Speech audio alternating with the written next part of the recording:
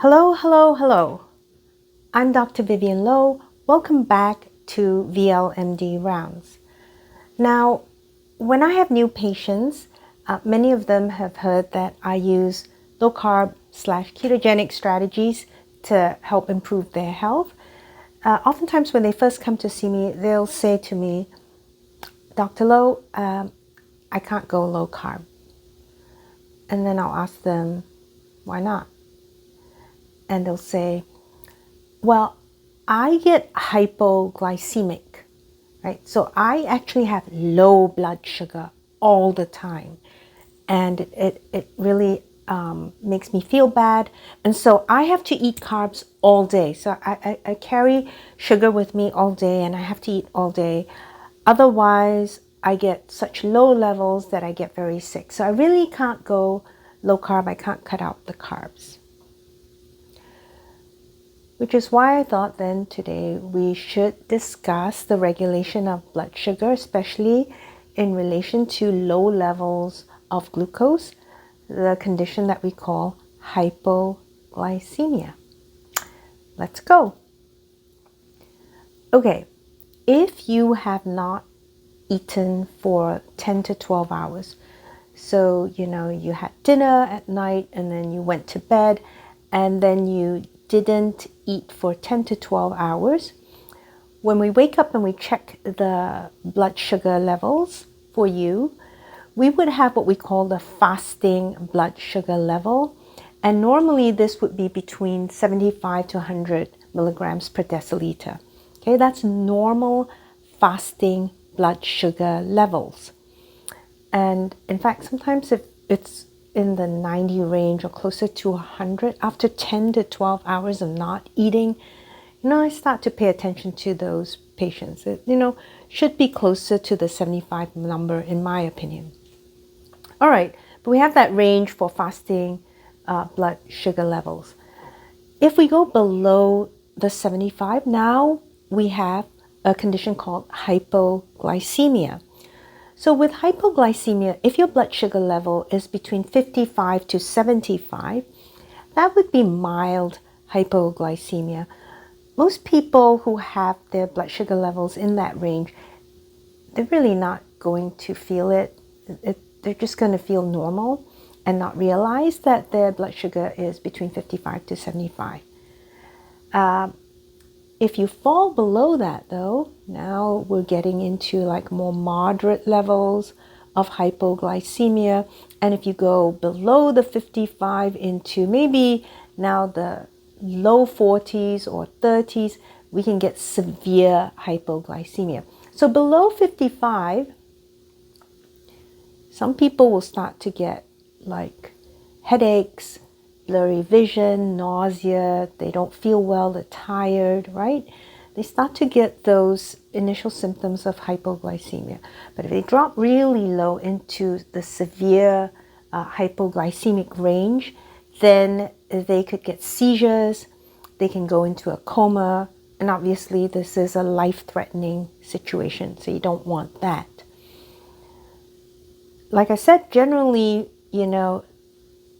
people tolerate the 55 to 75 range fairly well. However, some people who run high levels of blood sugar most of the time, if you drop that level acutely, right, and you might even drop it still within the normal range or the fasting range, those patients start to have symptoms. So for example, if you have a patient that runs very high, badly controlled diabetes, so running with blood sugar levels of 180 to 200 most of the time, if that level drops acutely to 100, which is still within the normal range, for that patient, they're going to start feeling it and they may start to feel uncomfortable, they may get the headache and so forth, right? Because they're used to much higher levels and now you suddenly dropped it, and they will get symptomatic. But generally, you start to get symptomatic below 55, the headaches and so forth.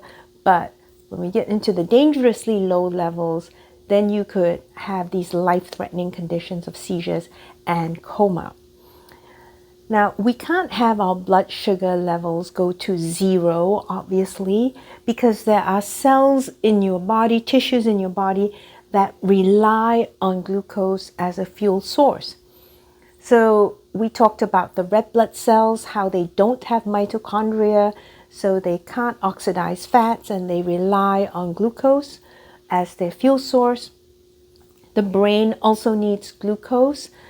Fats really can't pass the blood-brain barrier into the brain tissue, and so as a result, your brain is going to rely on glucose.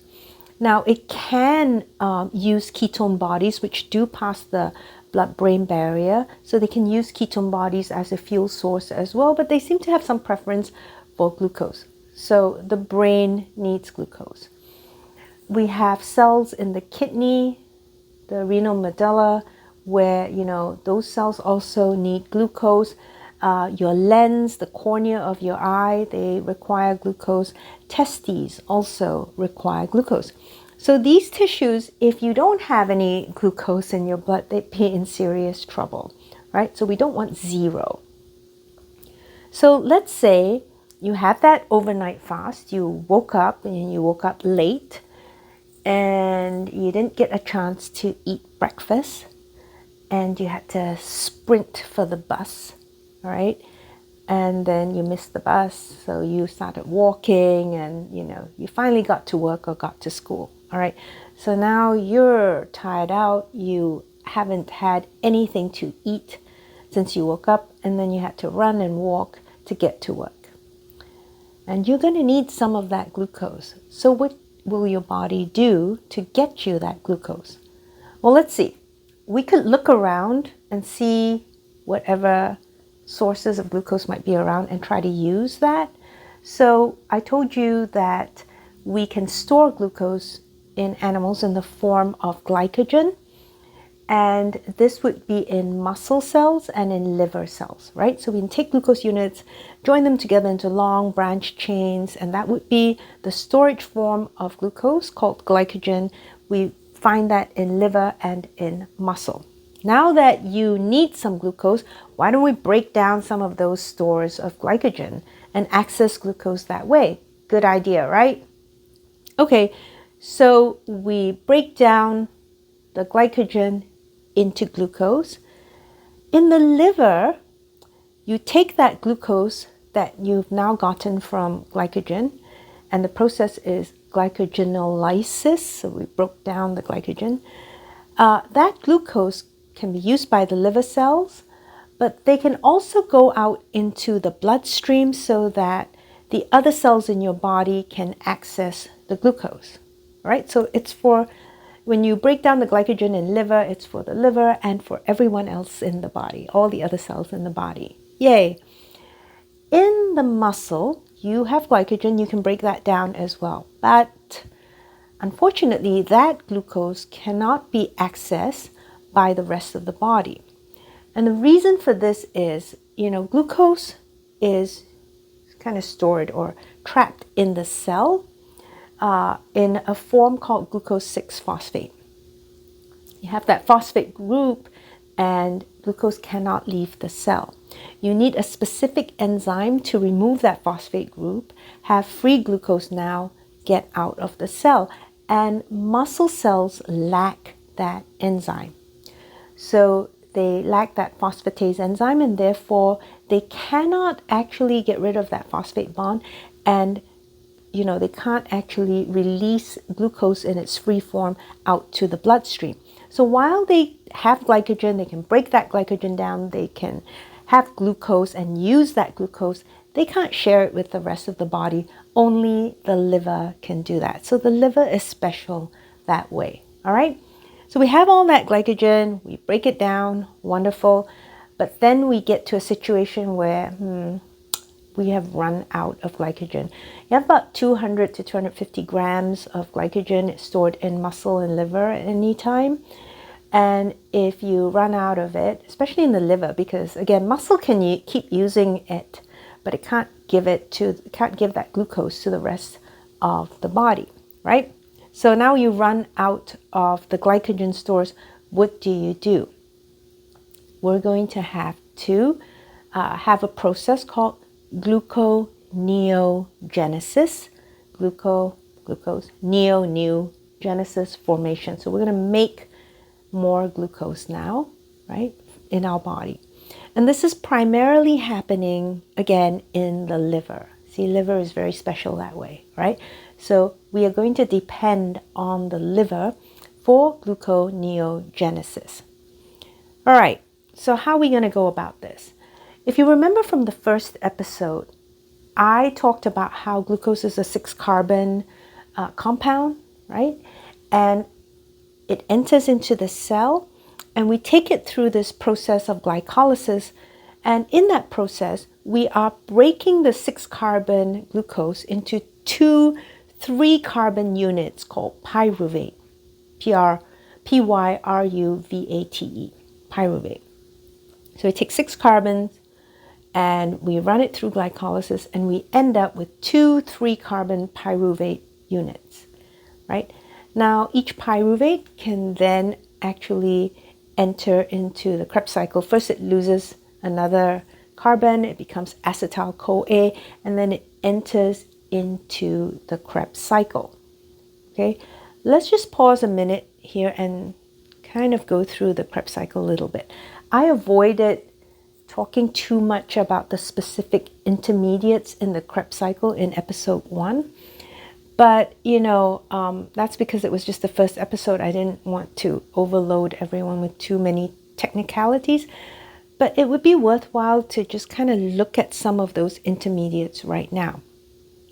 So you have your acetyl-CoA, and it's going to combine with oxaloacetate, and we're going to form citric acid. Eventually, that citric acid becomes alpha-ketoglutarate, and that becomes succinyl-CoA, which becomes succinate, fumarate, malate, back to oxaloacetate, which is now ready to take on another acetyl-CoA and form citric acid again.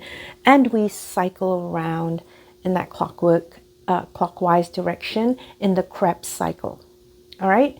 So we have all these intermediates. I did say in episode 1, you can think of the Krebs cycle as a place where we harvest electrons and hydrogen so that we can carry them to the inner mitochondrial membrane where the electron transport chain sits, and then we are going to eventually make ATP that way, which is a currency of energy in the cell. All right? So that was one of the purposes of the Krebs cycle. But I also mentioned in that episode that it's very important too that we have those intermediates or substrates within the Krebs cycle. Those are very important for various biochemical processes in the body. All right. So we're going to need to refer to that cycle for gluconeogenesis as well. Okay. So as I said, pyruvate, right, becomes acetyl-CoA, which is 2 carbons, and then it gets loaded onto oxaloacetate, which is 4 carbons, and then it makes the citric acid, which is 6 carbons. And then we cycle through, you don't really have to remember all of that right now. But the point is that the pyruvate enters into the cycle, and it cycles in that clockwise direction, going the route that I just described previously. Well, if we're going to go and make glucose, let's see. We first took glucose and then we broke it down into 2 molecules of pyruvate, which then entered the Krebs cycle. What if we took the pyruvate and somehow ran that pathway of glycolysis backwards to get back to glucose? Isn't that a good idea? Actually, it's not a bad idea, except for one problem, okay?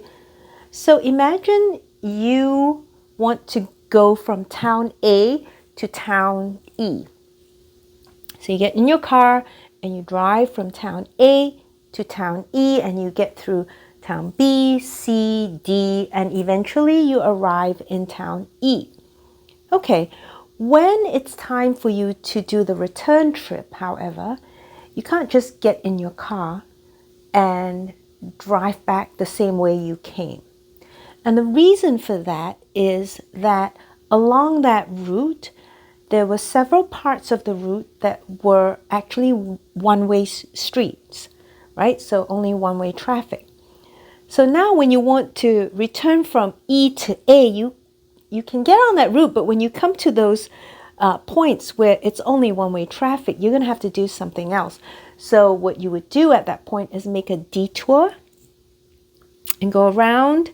Eventually you'll come back to the route again, and then you'll proceed until you get to another one-way traffic point, and then you're going to have to detour again and then get back on the route, right? And if you do it that way, you'll eventually get back to town A, but not exactly the same way that you came, okay?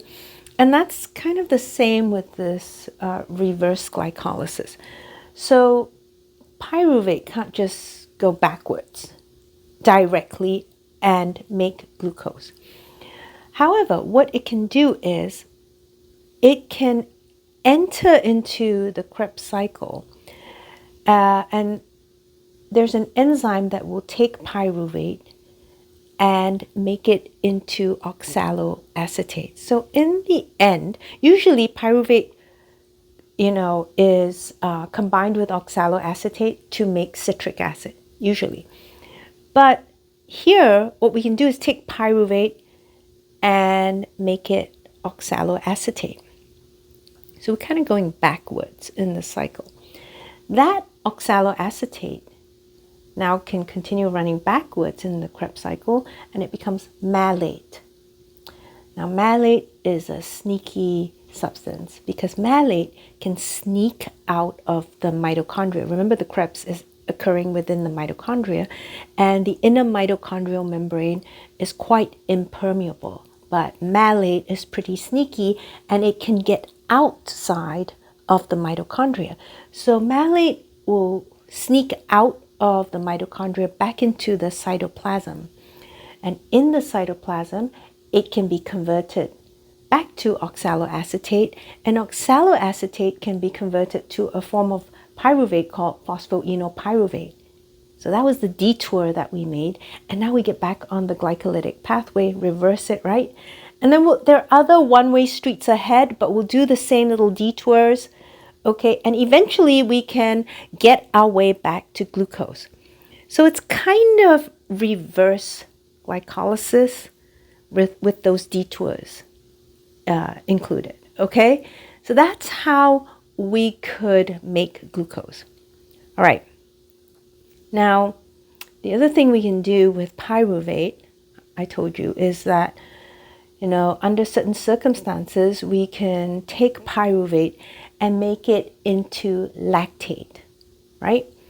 And once we make lactate, what we do is, in that process, we're actually going to, remember the energy carriers, NAD, NADH? Well, with lactate, you can take, with the formation of lactate, we take NADH and we make NAD, right? And that's really important. Why? Because really, for glycolysis and for the Krebs cycle, we need a lot of NAD. And sometimes in conditions where you don't have a lot of oxygen, right, that whole process is going to stall. But if we take pyruvate and we run it to lactate, we're going to generate some NAD that way and allow glycolysis to continue. So it's kind of like a little rescue pathway, right? So it's very important that we can make lactate. Well, we can take that lactate now. We could run that backwards too and bring it back to pyruvate and then do that reverse glycolysis pathway and get back to glucose. Okay, so that's not a bad idea, and we can do that.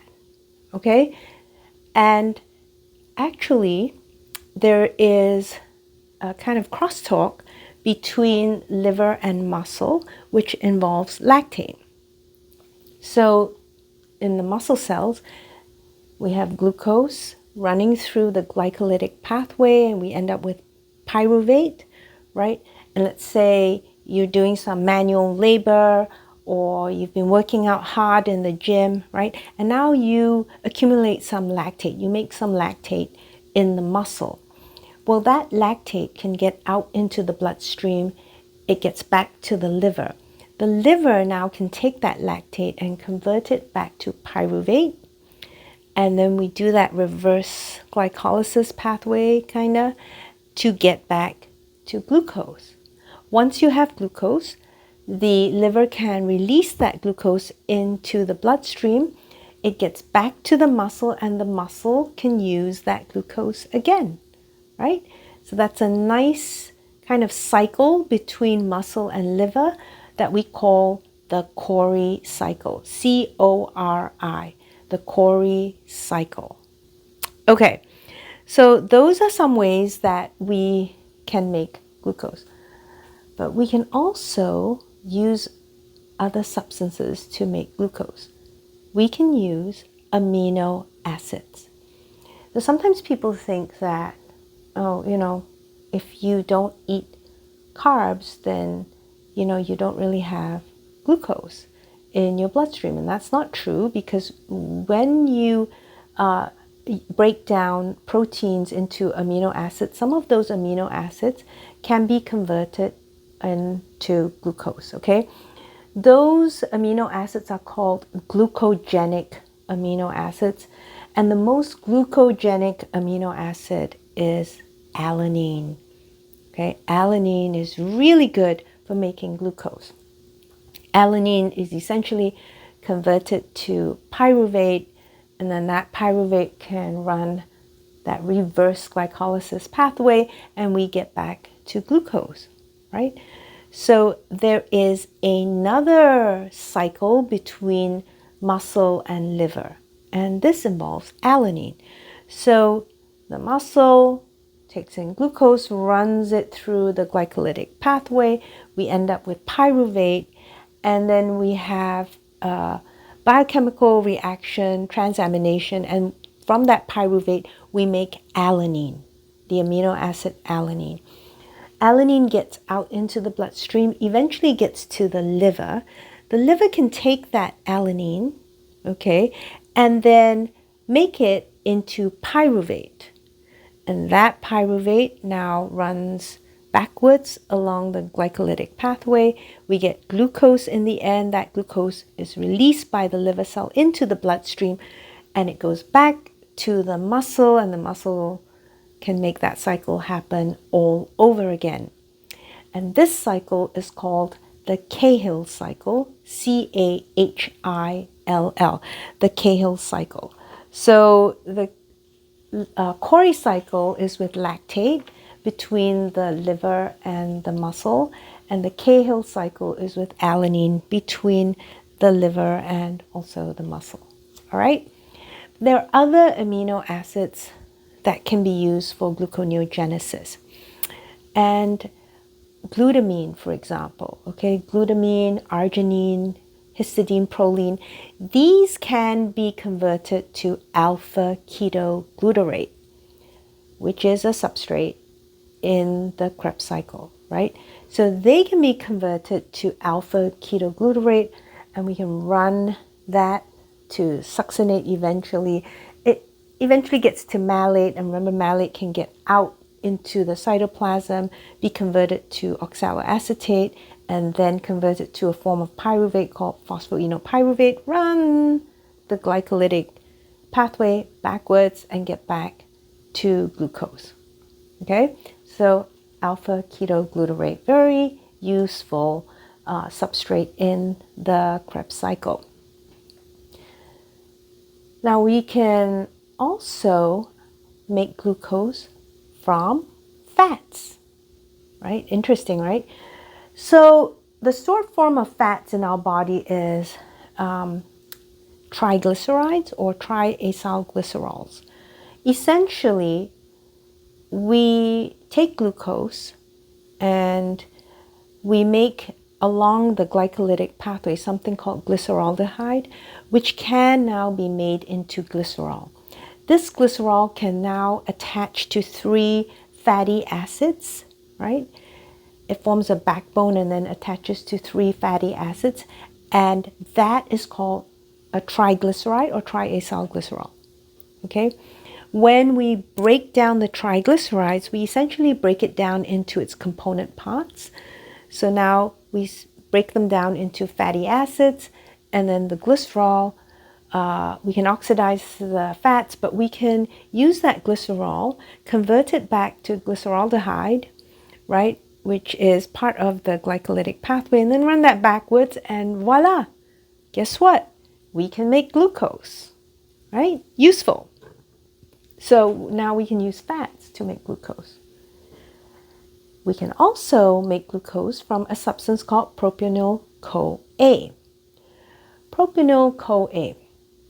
This comes about as from the breakdown of cholesterol. So as we're making cholesterol into bile acids, we form propionyl-CoA. Okay, and certain amino acids can also become propionyl-CoA, valine, isoleucine, methionine. Those ones can become propionyl-CoA. But we can also get propionyl-CoA from the oxidation of odd chain fatty acids. So fatty acids that have an odd number of carbon chains, like a C19, right, or C21. When you oxidize those types of fatty acids, you will get propionyl-CoA. The propionyl-CoA can now enter into the Krebs cycle again as succinyl-CoA becomes succinate, and then we can eventually access that reverse glycolytic pathway also. So what I want you to notice now is that we have made glucose from non-carbohydrate precursors, right, through pyruvate and lactate, and also through certain glucogenic amino acids, through triglycerides and propionyl-CoA. So we started with non-carbohydrate precursors to end up with glucose. And that is what happens in gluconeogenesis. One other thing I want to add is that if you have a situation where there's a lot of alcohol on board, so in the case of alcohol intoxication, you can actually inhibit gluconeogenesis, which would make it a life-threatening situation, because if you inhibit gluconeogenesis, then you are not making glucose. Your glucose levels will drop dangerously low, and you can have seizures and go into a coma. So we worry about that when someone has had a lot of alcohol on board. That alcohol is going to be metabolized to aldehyde and eventually acetate. In the process of doing this, we are going to make a lot of NADH. Okay, we're going to make a lot of NADH. What do we make? What do we need though for gluconeogenesis? We need NAD, right? So now your cell has a lot of NADH and very little NAD in comparison. But if we're going to, for example, take lactate back to pyruvate, we're going to need some NAD for that, right? And if we don't have NAD around, you can't run that pathway. And so you really can't run the process of gluconeogenesis, right? What about the substrates, the intermediates in the Krebs cycle, right? So you have some alpha ketoglutarate that you made, let's say, from glutamine, right? But we need to run that cycle all the way to malate. We will be needing some NAD, okay? And if you don't have enough NAD, then, okay, you can't do that either, right? So you can see how that can be a dangerous situation. So, you know, watch out if you have a patient with alcohol intoxication, you do worry that they may be inhibiting gluconeogenesis. Okay, moving on. Now, the next thing we're going to talk about is how some hormones will regulate the low blood sugar levels, okay, by raising your blood sugar, okay. So these are called hyperglycemic hormones, and there are various hormones that can do that. Growth hormone, ACTH, thyroxine, these can help raise your blood sugar levels. You have these stress hormones. So when you're under a lot of stress, let's say you're meeting the saber-toothed tiger and you have to, run or fight, run from or fight the saber-toothed tiger.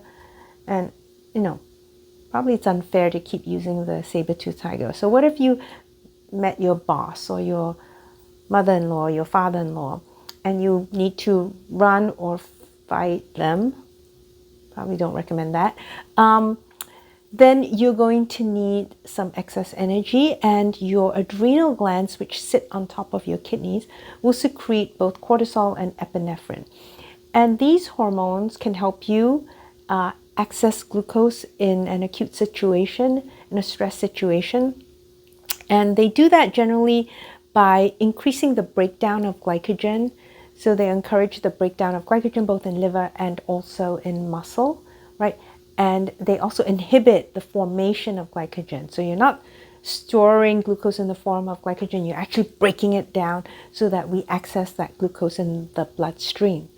Okay, so that's how you could raise your blood sugar levels under those circumstances. The most hyperglycemic hormone is really glucagon, glucagon. That is the most important hormone for raising your blood sugar levels, because glucagon will act on the liver to increase the process of gluconeogenesis, stimulate gluconeogenesis. So glucagon is really very important. It is made in the pancreas. Now the pancreas is an organ that sits behind your stomach, and it has two main functions, an exocrine function and an endocrine function. Exocrine function just means it secretes digestive enzymes to help you digest food. Great. But it also has an endocrine function, which means that it secretes hormones. So if you looked at the pancreas, you would see these areas that look like little islands on the pancreas. And so they're called islets of Langerhans. They're named after the person who discovered them, and they're called islets of Langerhans. And that's where the hormone-producing cells are found in the pancreas. You have different types.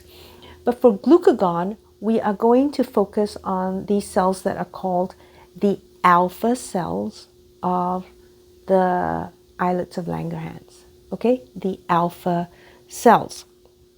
Now, these alpha cells make and store glucagon in the cell, and the glucagon is sort of pre-packaged in this little vesicle or this little compartment, okay? And it's sitting in the cell, and only when you need to raise your blood sugar level will you release this pre-packaged glucagon into the bloodstream. So let's see how that's done, okay? Because that's really interesting. So your alpha cells can take in glucose, probably through GLUT1, right? Like most other cells in the body, it will have GLUT1 transporters, and it'll take in glucose into the cell that way. So when glucose gets into the cell, let's say you have a lot of glucose in the blood, and therefore a lot of glucose will go into the alpha cell.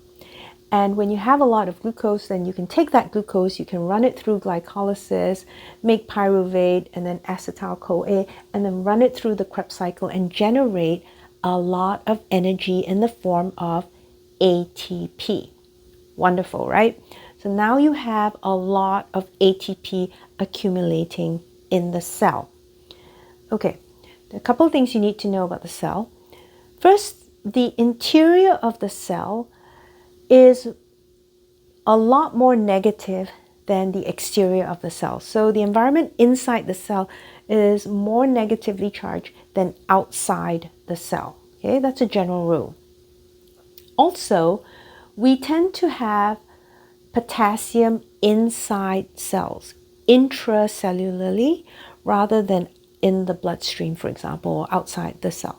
Okay, so we have more potassium in the cell And we also have the interior of the cell more negatively charged than the exterior of the cell. Those are the general rules.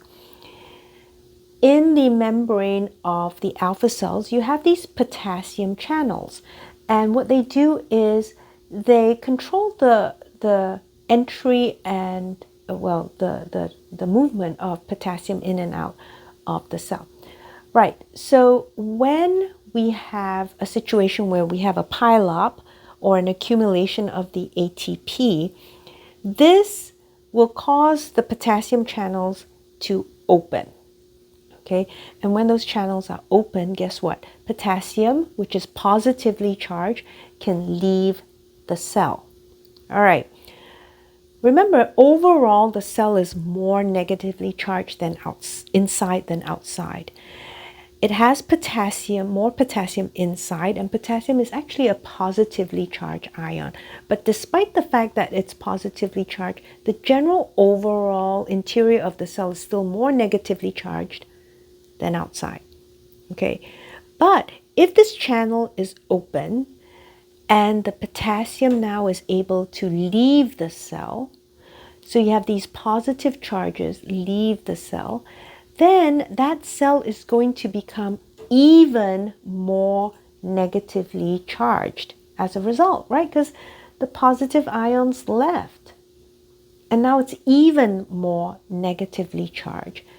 And the cell membrane becomes hyperpolarized.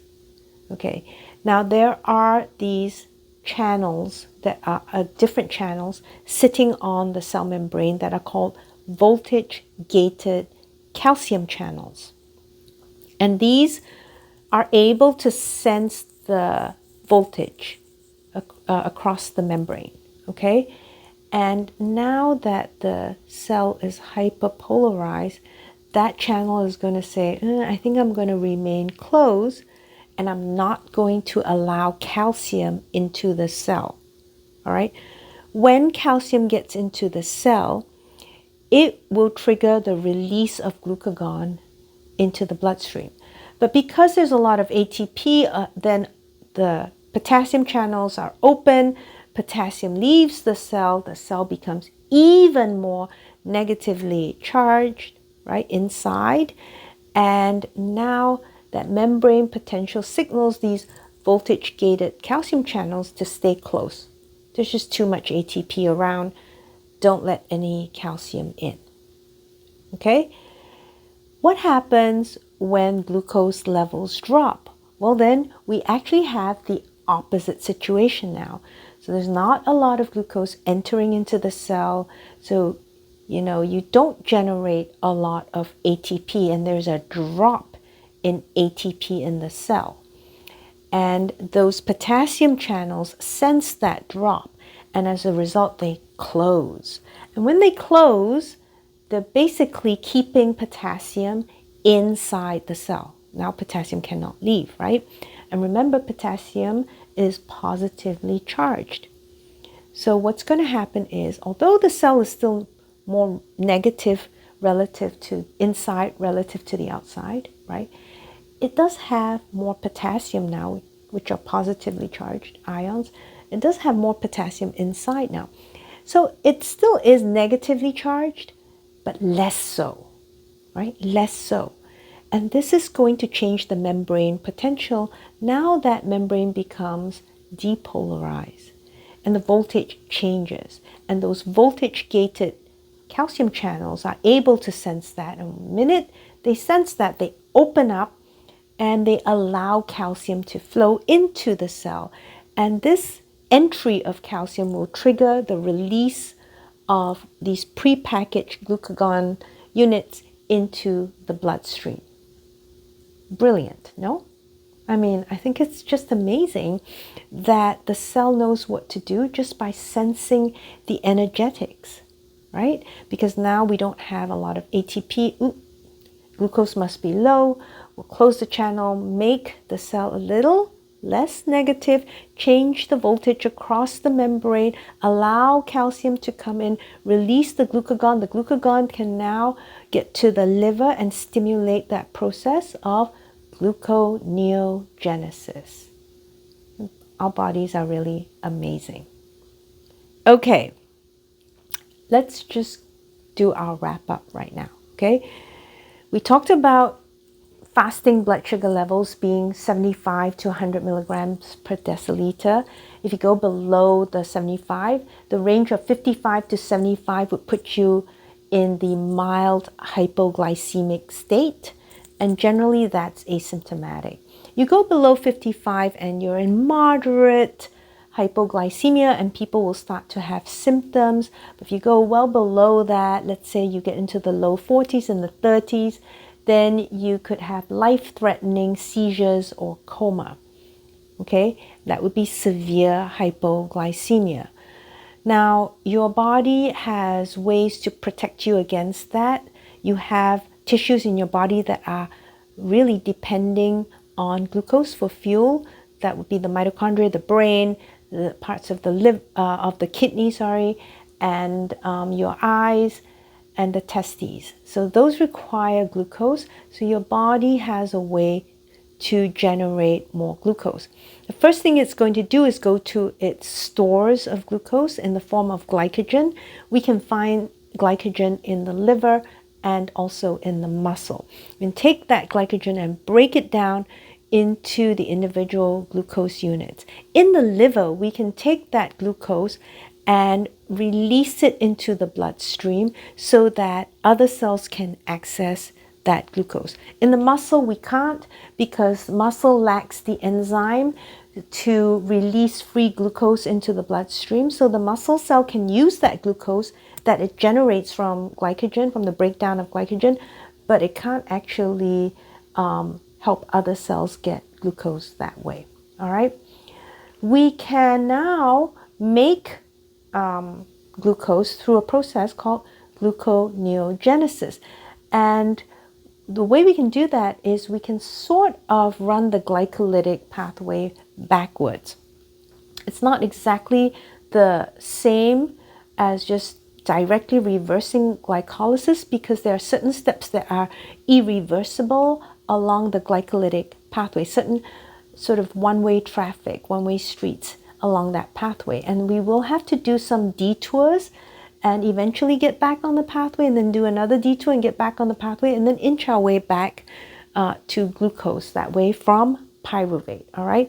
One way we do that is we access the Krebs cycle so that we eventually get a substrate that can get out into the cytoplasm. That would be malate.